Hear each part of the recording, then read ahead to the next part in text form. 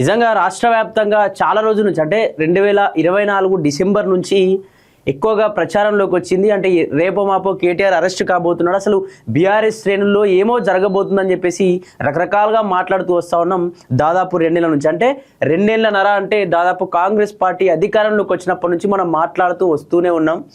డైరెక్ట్గా ఏసీబీ దగ్గరికి పోతా ఉన్నాడు, లేకపోతే కోర్టులకు పోతా ఉన్నాడు, డైరెక్ట్గా అసలు లోపలికి వెళ్ళిపోతున్నాడు. ఆ తర్వాత సాయంత్రానికి, అంటే పొద్దున ఏసీబీ దగ్గరికి వెళ్తే సాయంత్రానికి అసలు జైలుకి వెళ్ళే అవకాశం ఉందని చెప్పేసి రకరకాల రాజకీయ విశ్లేషకులు రకరకాల మాట్లాడుతూ ఉంటారు. అసలు ఏమో జరగబోతుందని చెప్పేసి బీఆర్ఎస్ వాళ్ళు భయపడడం, ఈ కాంగ్రెస్ పార్టీ అరెస్ట్ చేయబోతుందని చెప్పేసి మీడియా కూడా అలర్ట్ అవ్వడం, అంటే ఏదో జరగబోతుందని చెప్పేసి. కానీ ఏది జరగని పరిస్థితులు మనం 2.5 ఏళ్ళుగా చూస్తూ ఉన్నాం. నిజంగా ఏదైతే ఈ కార్ రేస్ సంబంధించి మనం మాట్లాడుకునేటువంటి అంశం ఏంటంటే, ఈ కార్ రేస్ సంబంధించి దాదాపు 55 కోట్లు ఇటు ఫినాన్స్ పర్మిషన్ లేకుండా, ఆర్థిక శాఖ పర్మిషన్ లేకుండా, ఆర్బీఐ నిబంధనలు గైడ్లైన్స్ను పాటించకుండా 55 కోట్ల రూపాయలను హెచ్ఎండిఏ నుంచి మీరు ఏ విధంగా విదేశీయులకు బదలాయింపు విదేశీ సంస్థలకు ఏ విధంగా ఆ డబ్బును పంపిస్తారు అంటూ కూడా ఆ అభియోగాలపై, అంటే చేసిరో వాటిపై కూడా కేటీఆర్ని A1గా, అలాగే హెచ్ఎండిఏ సంబంధించినటువంటి మాజీ ఐపీఎస్ అధికారి అయినటువంటి అరవింద్ కుమార్ను A2గా, అలాగే హెచ్ఎండిఏ అధికారి అయినటువంటి బిఎల్ఎన్ రెడ్డిని A3గా తీసుకున్నారు. వీళ్ళపైన దాదాపు 13 క్లాస్ ఏ, అలాగే 13 క్లాస్ ఏ తర్వాత 13 క్లాస్ బి సంబంధించి, అలాగే ఆ 420 సంబంధించినటువంటి కేసులు కూడా వీళ్ళపైన మోపినటువంటి పరిస్థితి చూస్తున్నాం. దాదాపు 2.5 ఏళ్ళు గడుస్తూ ఉంది. 2.5 ఏళ్లలో జైలుకి వెళ్తాడు. అసలు ఈరోజు ఏదో జరగబోతుందని చెప్పేసి కోర్టుకు వెళ్ళడం, బయటికి రావడం, ఏసీబీ ఆఫీసులోకి వెళ్ళడం, దాదాపు 6 గంటల పాటు లోపల చర్చలు జరగడం, ఆ చర్చలు విఫలమయ్యానడం, లేకపోతే కేటీఆర్ లోపలికి అడ్వకేట్తోనే పంపిస్తే మాత్రమే వెళ్తాను, అసలు అడ్వకేట్ లేదు నేను లోపలికి వెళ్ళనని కేటీఆర్ అసలు ఇది రొట్టపీస్ కేసు అంటూ మాట్లాడడం, లేకపోతే వీళ్ళు ప్రభుత్వం ముందుకొచ్చి అడ్వకేట్ను పంపించండి కానీ లోపల దాకా అలో చేయకుండా ఓన్లీ బయట వరకు మాత్రమే ఉంచండి అని చెప్పేసి ఈ విధంగా పంపించడం రకరకాలుగా జరుగుతూ వస్తూ ఉన్నాయి. మళ్ళీ నిన్న కూడా దీనికి సంబంధించి నాంపల్లి కోర్టుకు కూడా ఆ కేటీఆర్ని పిలవడం జరిగింది. నాంపల్లి కోర్టులో కూడా జరిగినటువంటి అంశం ఏంటంటే, మళ్ళీ 25వ తేదీకి మళ్ళీ వాయిదా పడింది.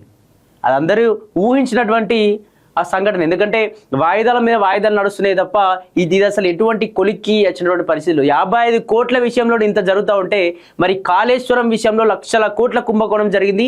అన్ని పార్టీల వాళ్ళు, అన్ని రాజకీయ పార్టీలు ఇన్వాల్వ్ అయిపోయినాయి. వీటిపైన ఏ ఒక్కరు కూడా మాట్లాడలేదు ఎందుకు అని చెప్పేసి ప్రశ్నిస్తే, దానిపైన లక్షల కోట్ల స్కామ్ జరిగిన దానిపైన మాత్రం ఎటువంటి కనీసం ప్రయత్నాలు ఉండే, కేసులు ఉండే, కనీసం విచారణలు ఉండే. కానీ ఓన్లీ 55 కోట్లు ఆర్బీఐ గైడ్లైన్స్ పాటించకుండా, ఆర్థిక శాఖ పర్మిషన్స్ తీసుకోకుండా ఏ విధంగా మీరు విదేశీ సంస్థలకు ఈ విధంగా కట్టబెడతారో తెలంగాణ సొమ్ముని అంటూ కూడా వీటిపై 55 కోట్ల విషయంగా రకరకాలుగా రాజకీయంగా ఒక కక్ష వాతావరణం అనిపిస్తూ ఉంది. అంటే వీళ్ళేమో మమ్మల్ని వీళ్ళేం పీకలేరు అని చెప్పేసి బీఆర్ఎస్ పార్టీ నాయకులు వచ్చి కేటీఆర్ మాట్లాడింది ఇది అసలు లొట్టపీస్ కేసు అంటూ రకరకాలుగా మాట్లాడడం, దాన్ని సీరియస్గా తీసుకొని మళ్ళొక రోజు మళ్ళీ వెంటనే 6 గంటలకు ఇంటికి నోటీసులు ఇచ్చి వెంటనే మళ్ళీ తీసుకురావడం, ఏదో ఇటు మీడియాని కావచ్చు ప్రజల్ని కూడా కొంచెం అటు ఇటు ఆడిచ్చినట్టుగా కూడా అనిపిస్తుంది. అసలు ఏంటి ఈ కార్ రేస్?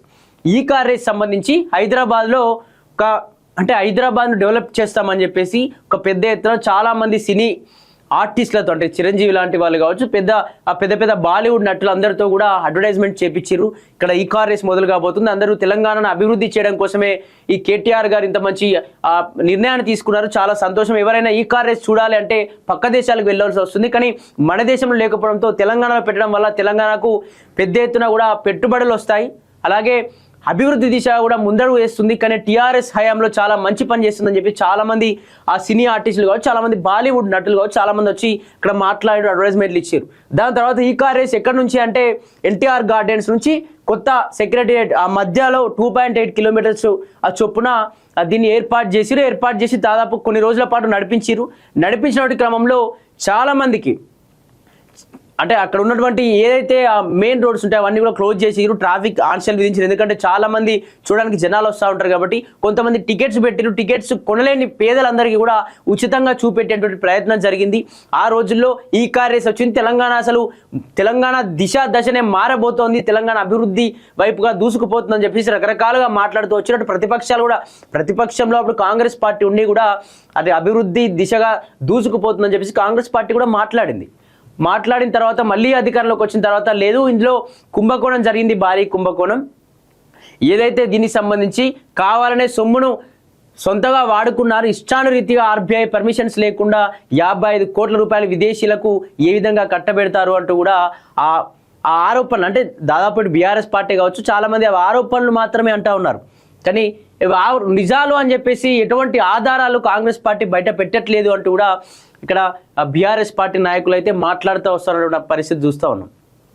నిజంగా ఒకసారి ఏసీబీ ఆఫీస్ తీసుకుపోయారు. ఏసీబీ ఆఫీస్లో ఎంక్వైరీ జరిగింది. దాదాపు 6 గంటల పాటు ఎంక్వైరీ జరిగింది. 6 గంటల పాటు ఎంక్వైరీలో సజ్జనాలతో పాటు ఇంకా 4 పెద్ద పెద్ద ఐపీఎస్ ఆఫీసర్లందరూ కూడా అక్కడ విచారించారు కేటీఆర్ మొత్తం చెమటలు పట్టించారు అని చెప్పేసి ప్రతిపక్షాలు ఇటు కాంగ్రెస్ పార్టీ లాంటి అధికార పార్టీలు మాట్లాడుకోవడం, లేకపోతే అసలు కేటీఆరే వాళ్ళకి సమాధానాలతో ముచ్చెమటలు పట్టించాడు అని చెప్పేసి ఇటు బీఆర్ఎస్ పార్టీ మాట్లాడుకోవడం, ఇటువంటి ఒకరిపైన ఒకరు వాదోపవాదంలో అయితే చర్చలు నడిచినాయి.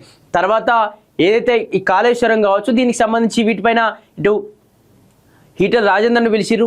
ఎందుకంటే అప్పుడు మొదటిసారి ఈటల రాజేందర్ ఆర్థిక శాఖ మంత్రిగా ఉన్నాడు కాబట్టి ఈటల రాజేందర్ను విచారణకు పిలిచిరు. తర్వాత హరీష్ రావును విచారణకు పిలిచిరు. తర్వాత కేసీఆర్ను పిలిచిరు. రకరకాలుగా అంటే అందులో కుంభకోణం జరిగింది అని చెప్పడం మాత్రమే, అంటే ఆరోపణలు లాగానే మిగిలిపోతున్నాయి కానీ కనీసం అసలు ఎందుకు వీటిపైన స్పష్టత రాలేకపోతుంది, నిజంగా తప్పు చేసి ఎందుకు శిక్షించలేకపోతా ఉన్నారు. అంటే ఇక్కడ శిక్షిస్తే ఇతను హీరో అయిపోతాడు, నెక్స్ట్ సీఎం కేటీఆర్ అయిపోతాడు, లేకపోతే నెక్స్ట్ బీఆర్ఎస్ అధికారంలోకి వస్తుంది, ఇలా శిక్షించడం ఎందుకు అని చెప్పేసి ఈ విధంగా పరుగులెత్తిస్తున్నారా అర్థం కానటువంటి పరిస్థితులు అయితే మరి ఇక్కడ కనిపిస్తూ ఉన్నాయి. మరి నిజంగా అదే వార్త, అంటే తెలంగాణ వ్యాప్తంగా ఎక్కువగా అదే వార్త నిన్న మొత్తం కూడా అదే జరిగింది. దీనికి సంబంధించి నిజంగా చూసేటువంటి ప్రజలకు కావచ్చు, లేకపోతే ఇటు పోలీసులకు కావచ్చు, మీడియాకు కావచ్చు, ఈ రోజు ఏం జరగదు ఉత్తదేలే ఏదో కవర్ చేద్దాం, మన ఛానల్ చెప్పినాయి కాబట్టి పోయి కవర్ చేద్దామని చెప్పి కవర్ చేయడమే తప్ప ఇందులో అసలు ఎటువంటి అది లేకుండా పోయింది. ఒకసారి చూద్దాం నిన్న ఏం జరిగిందో. దిశ పేపర్ ఓపెన్ చేసి చూస్తే సత్యమే గెలుస్తుంది, రాజకీయ కక్షతోనే నాపై తప్పుడు కేసులు అంటూ కేటీఆర్, ఫార్ములా ఈ కార్ రేసులో నాంపల్లి కోర్టుకు హాజరు, విచారణ ఈ నెల 25 వరకు వాయిదా. ఏం చెప్తుందంటే సత్యమే గెలుస్తుంది, అంటే నిజమే గెలుస్తుంది, అంటే ఇక్కడ కాంగ్రెస్ పార్టీయే తప్పు చేస్తుందని చెప్పేసి డైరెక్ట్ చెప్పేసిండు. అలాగే రాజకీయ కక్షతోనే నాపై తప్పుడు కేసులు, కావాలని రాజకీయ కక్షతో నాపై తప్పుడు కేసులు పెడతా ఉన్నారంటూ కూడా మాట్లాడుతూ వస్తూ ఉన్నాడు. అలాగే దీనికి సంబంధించి అంటే తప్పుడు కావాలనే కాంగ్రెస్ పార్టీ నేను ప్రజల్లో అంటే చాలాసార్లు కేటీఆర్ మాట్లాడుతూ వచ్చింది ఏంటంటే నేను ప్రజల్లో ఉంటా ఉన్నాను, కాంగ్రెస్ పార్టీ ఇచ్చినటువంటి మేనిఫెస్టోలో ఎటువంటి హామీలు ఇచ్చిర్రు, వాళ్ళు ఇచ్చినటువంటి హామీలలో ఎన్ని నెరవేర్చిర్రు, ఎందుకు నెరవేర్చలేకుండా ఉన్నారు, నిజంగా అన్ని లక్షల కోట్ల అప్పు జరిగిందా, నిజంగా మా టీఆర్ఎస్ ప్రభుత్వం కావచ్చు లేదా బీఆర్ఎస్ హయాంలో ఉన్నప్పుడు అన్ని లక్షల కోట్ల అప్పు జరిగిందా, అప్పులు జరిగినా కూడా మేము ప్రజల్ని చూసుకోగలిగాం కదా, ఎందుకు వీళ్ళు చూసుకోలేకపోతున్నా, వీళ్ళంట్లో ఎంత కుంభకోణం జరుగుతూ ఉంది, ఎంత కూంబింగ్ జరుగుతూ ఉంది అంటూ కూడా రకరకాలుగా ప్రజల్లోకి వచ్చేటువంటి ప్రయత్నం చేస్తూ ఉన్నాను కాబట్టి వాళ్ళ యొక్క తప్పులన్నీ వెలికి తీస్తూ ఉన్నాను కాబట్టి వాళ్ళు చేసేటువంటి కుంభకోణాలు కావచ్చు అవినీతిని మొత్తం బయట పెడతా ఉన్నాను కావచ్చు అవి జీర్ణించుకోలేక అంటే ఇతను ఉంటే మా పార్టీకి ఏదో జరగబోతుందని చెప్పేసి భయపడి కావాలనే ఇటు ఉరుకులు పరుగులు ఎత్తిస్తున్నాడు తప్ప అట్లు ఎటువంటి తప్పు లేదా, నిజంగా మేము నిజంగా న్యాయం చేశాం కాబట్టి సత్యమే గెలుస్తుంది అంటూ కేటీఆర్ చాలాసార్లు మాట్లాడినటువంటి పరిస్థితులు చూసాం. నాంపల్లి కోర్టు కేటీఆర్ ఫార్ములా ఈ కార్ రేస్ కేసులో హాజరు, ఫార్ములా ఈ కార్ రేస్ కేసు సంబంధించి బీఆర్ఎస్ వర్కింగ్ ప్రెసిడెంట్ మాజీ మంత్రి కేటీఆర్ శుక్రవారం నాంపల్లిలో ఏసీబీ ప్రత్యేక కోర్టుకు హాజరయ్యారు. ఈ కేసులో ప్రధాన నిందితుడిగా ఉన్న కేటీఆర్తో పాటు మరో 5 నిందితులు కూడా న్యాయస్థానం ముందుకు వచ్చారు. కేటీఆర్ రాక నేపథ్యంలో నాంపల్లి కోర్టు ప్రాంగణంలో ఉద్రిక్త వాతావరణం నెలకొంది. హెచ్ఎండిఏ నిధుల బదలాయింపులో నిబంధనలు ఉల్లంఘించి ₹55 కోట్ల మేర అక్రమాలకు పాల్పడ్డారని కేటీఆర్తో పాటు మరికొందరిపై ఏసీబీ అభియోగాలు మోపింది. ఈ కేసులో A1గా ఉన్న ఆయనకు న్యాయస్థానం ₹1,00,000 పూచీకత్తు 2 వ్యక్తులతో షూరిటీ సమర్పించాలని ఆదేశించింది. కేటీఆర్తో పాటు అరవింద్ కుమార్, బిఎల్ఎన్ రెడ్డి సైతం కోర్టులో పూచీకత్తు సమర్పించారు. అనంతరం కోర్టు తదుపరి విచారణను ఆగస్టు 25కు వాయిదా వేసింది. ఏదంటే నిన్న ఈ కార్ రేస్ సంబంధించి నిజంగా 5వ సారి 6వ సారి నాకు కూడా ఐడియా లేదు. నాంపల్లి కోర్టుకు వెళ్ళిన తర్వాత కోర్టులో అడిగేటువంటి ప్రశ్నలు అడిగిన తర్వాత అక్కడ బదలాయింపు అయితే 55 కోట్ల బదలాయింపులు ఇటు ఆర్థిక శాఖ పర్మిషన్స్ లేకుండా లేకపోతే ఆర్బీఐ గైడ్లైన్స్ పాటించకుండా ఏ విధంగా విదేశీ సంస్థకు ఆ విధంగా బదలాయింపు చేస్తారు తెలంగాణ సొమ్మును అంటూ కూడా అక్కడ ప్రశ్నిస్తే ఇతను కూడా మాట్లాడేటువంటి ప్రయత్నం చేసినాడు. తర్వాత A1గా ఉన్నటువంటి కేటీఆర్ పైన కావచ్చు లేకపోతే మిగతా అయితే A2గా ఉన్నటువంటి ఐఏఎస్ ఆఫీసర్ అరవింద్ కుమార్ కావచ్చు, A3గా ఉన్నటువంటి హెచ్ఎండిఏ అధికారి అయినటువంటి బిఎల్ఎన్ రెడ్డి కావచ్చు వీళ్ళపైన ₹1,00,000 పూచీకత్తుతో 25వ తేదీనికి వాయిదా వేసింది. అంటే ఆ రోజు మళ్ళీ తీర్పు రాలే, నిజంగా తప్పెవరు చేసిరో బయటకు బాలే, మళ్ళీ వాయిదా, దాదాపు 5వసారో 6వసారో వాయిదా, మళ్ళీ నెక్స్ట్ వెళ్ళినా కూడా అదే పరిస్థితి ఉందని మనకు నిజంగా ఐడియా వస్తుంది. ఎందుకంటే ఇదంతా కొలికి వచ్చేదేనా, అసలు నిజంగా దీంతో న్యాయం జరిగే అవకాశం ఉందంటే నిజంగా అంతే అనిపిస్తలేదు. ఈ 55 కోట్ల కంటే ఏదైతే ఈ జనుడు 55 కోట్ల కంటే లక్షల కోట్ల స్కామ్ జరిగింది, ఇసుక మాఫియా జరిగిందని చెప్పారు, గొర్రెల్లో స్కామ్ జరిగింది, 3 విడతల గొర్రెల్లో స్కామ్ జరిగిందని చెప్పారు, ఇవన్నీ కూడా బయట పెడతాని చెప్పారు. కానీ ఇవి కూడా బయటకు రాకుండా ఓన్లీ దీన్ని 55 కోట్ల ఇష్యూనే బయటకు తింపడం ఏందో అర్థం కానటువంటి పరిస్థితులు కనిపిస్తూ ఉన్నాయి.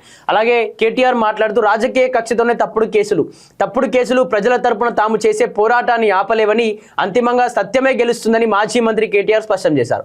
ఫార్ములా ఈ కార్ రేస్ కేసు విచారణకు హాజరయ్యే ముందు ఆయన సోషల్ మీడియా వేదికగా స్పందించారు. కాంగ్రెస్ ప్రభుత్వం తనపై రాజకీయ కక్షతోనే ఫార్ములా ఈ కార్ రేస్ కేసును బనాయించిందని ఆరోపించారు. ఇక్కడ కేటీఆర్ ఏం మాట్లాడుతూ ఉండంటే కావాలని రాజకీయ కక్షతో, ఎందుకంటే అనునిత్యం ప్రజల్లోనే ఉంటున్నాం కాబట్టి, అనునిత్యం ప్రజల కోసమే మాట్లాడుతూ ఉన్నాం కాబట్టి, ప్రతిరోజు ప్రతి సెకండ్ ప్రతి గంట ప్రజల గురించి ఆలోచిస్తూ ఉన్నాం కాబట్టి, లేకపోతే కాంగ్రెస్ పార్టీ ఇచ్చినటువంటి మేనిఫెస్టోలో ఎన్ని అమలైనా ఎన్ని అమలు కాలేవు, నిజంగా ఆర్థికంగా అంతా వెనుకబడిపోయి ఉంది, అవన్నీ బయట పెడతా ఉన్నాం కాబట్టి, అవినీతి కుంభకోణాలన్నీ బయటకు లాగుతూ ఉన్నాం కాబట్టి, ఇవన్నీ జీర్ణించుకోలేకే రాజకీయ కక్షతో, అంటే కాంగ్రెస్ పార్టీ మళ్ళీ 20 ఏళ్ళు 30 ఏళ్ళు వెనక్కిపోయే అవకాశం ఉంది, కేటీఆర్ ఇవన్నీ బయట పెడతా అని చెప్పి భయంతో కావాలనే టార్గెట్ చేస్తుంది అంటూ కూడా కేటీఆర్ ఇప్పుడు మాట్లాడు, ఇంతకుముందు కూడా చాలాసార్లు మాట్లాడుతూ వస్తున్నటువంటి పరిస్థితులు మనం చూస్తాం. మరి చూడాలి ఇప్పటికైనా 25వ తేదీన మరి నిజంగా అరెస్ట్ కాబోతున్నా, నిజంగా అన్ని 55 కోట్లు నిజంగానే ఎటువంటి పర్మిషన్స్ లేకుండా బదలాయింపులు జరిగినా అసలు ఏం జరగబోతుందో చూడాలి మరి.